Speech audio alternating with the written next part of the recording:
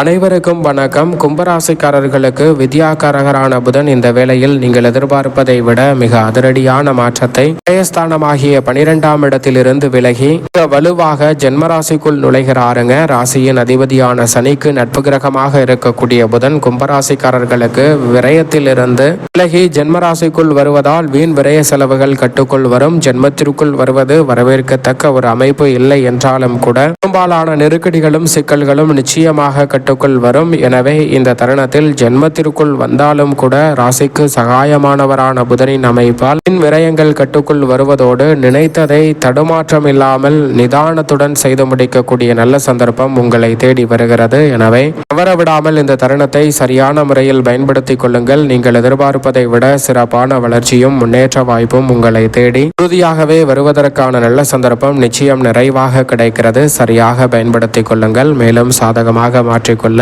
நிச்சயம் கும்பராசிக்காரர்கள் புதன்கிழமை விரதம் இருந்து அருகாமையில் உள்ள பெருமாள் சன்னதி சென்று தீபமேற்றி வழிபாடு செய்யுங்கள். இரட்டிப்பு நன்மை உங்களை தேடி வரும்.